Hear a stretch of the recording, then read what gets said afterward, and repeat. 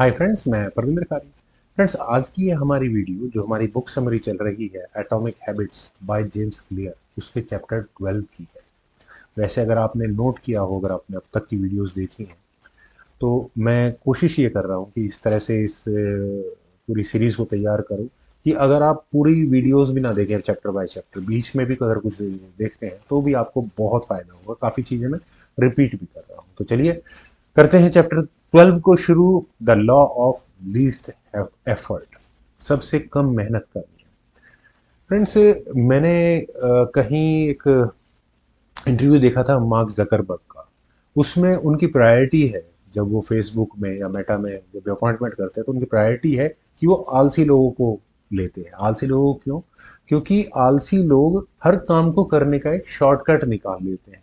तो आज का टॉपिक भी हमारा कुछ ऐसा है, the law of least effort, सबसे कम मेहनत करनी। फ्रेंड्स, हम एफर्ट से भागते हैं। एक्चुअल में ये ह्यूमंस का बेसिक नेचर।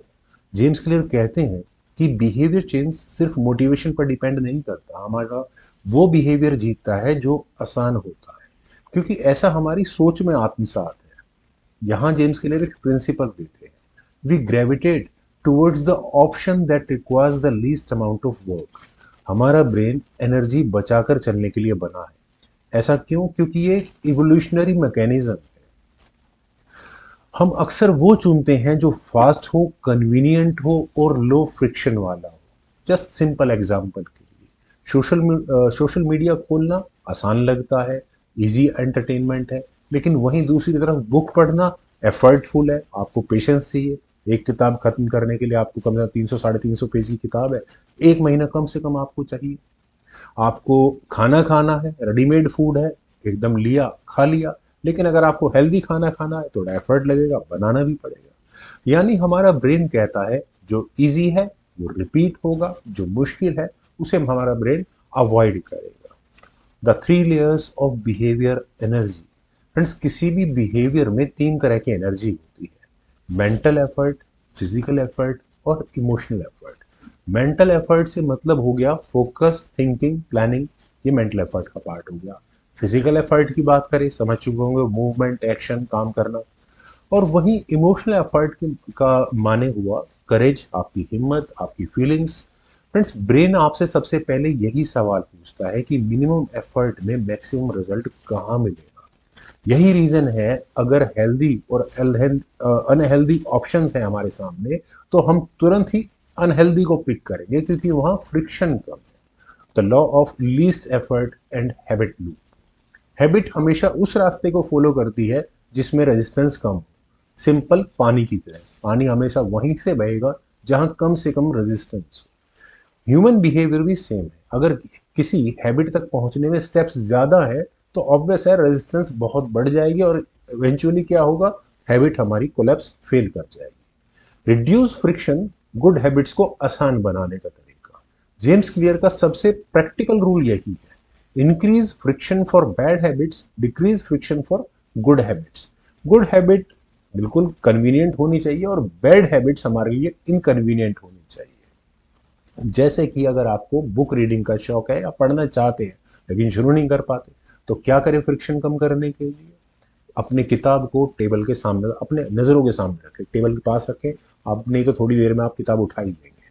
आपको जिम करना है, रात से तैयारी कीजिए, पूरे कपड़े वगैरह वगैरह सब तैयार करके रात को रखिए। मेडिटेशन करना है तो योगा मैट को परमानेंटली उस जगह रखिए जहां आप मेडिटेशन करना चाहते हैं। हेल्दी खाना है, मैं बार बार बोलता हूँ, सबसे सिंपल स्टेप, अपने किचन टेबल पर फलों की टोकरी सामने होनी चाहिए। आपका एनवायरनमेंट ही आपको शेप अप करता है। फ्रेंड्स, ये चैप्टर 2 मिनट रूल का बेस है। जेम्स यहाँ कहते हैं शुरुआत हमेशा इजी एज पॉसिबल होनी चाहिए। Small and simple actions habit को सस्टेनेबल बनाते हैं।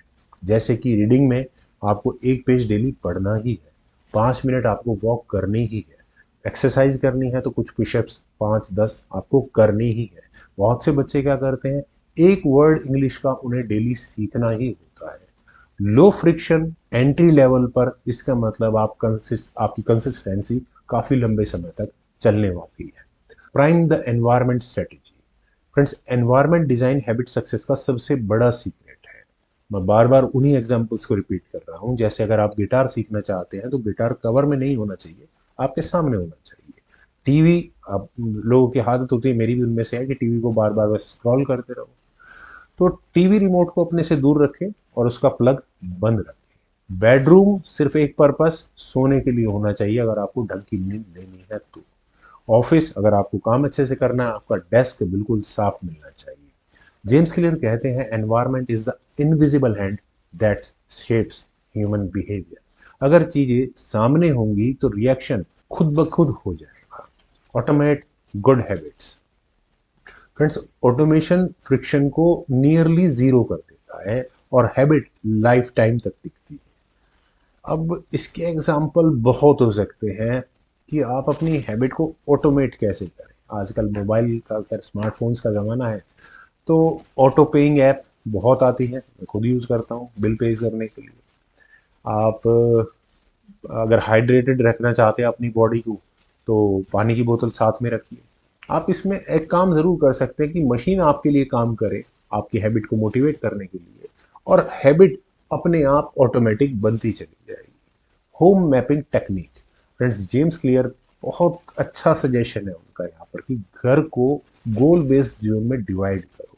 जैसे बार बार मैं कई बार बोल चुका हूँ, बेडरूम सिर्फ सोने के लिए, स्टडी डेस्क सिर्फ काम करने के लिए, डाइनिंग टेबल खाने के लिए, बालकनी एक्सरसाइज या मेडिटेशन करने के लिए।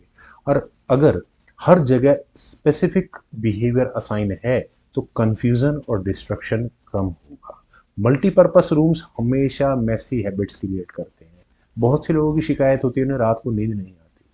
अगर वो अपने अतीत में झांक के देखेंगे तो कहाँ प्रॉब्लम रही है आपके बेडरूम में, वो समझ में आ जाएगी कि पुरानी हैबिट है जो छूट नहीं रही है। सिंगल पर्पस एनवायरनमेंट हमेशा स्ट्रॉन्ग हैबिट्स को जनरेट करते हैं। इंक्रीज फ्रिक्शन बैड हैबिट्स को मुश्किल बनाइए। फ्रेंड्स, जितना मुश्किल एक्सेस होगा उतना ही उसका यूसेज कम होगा।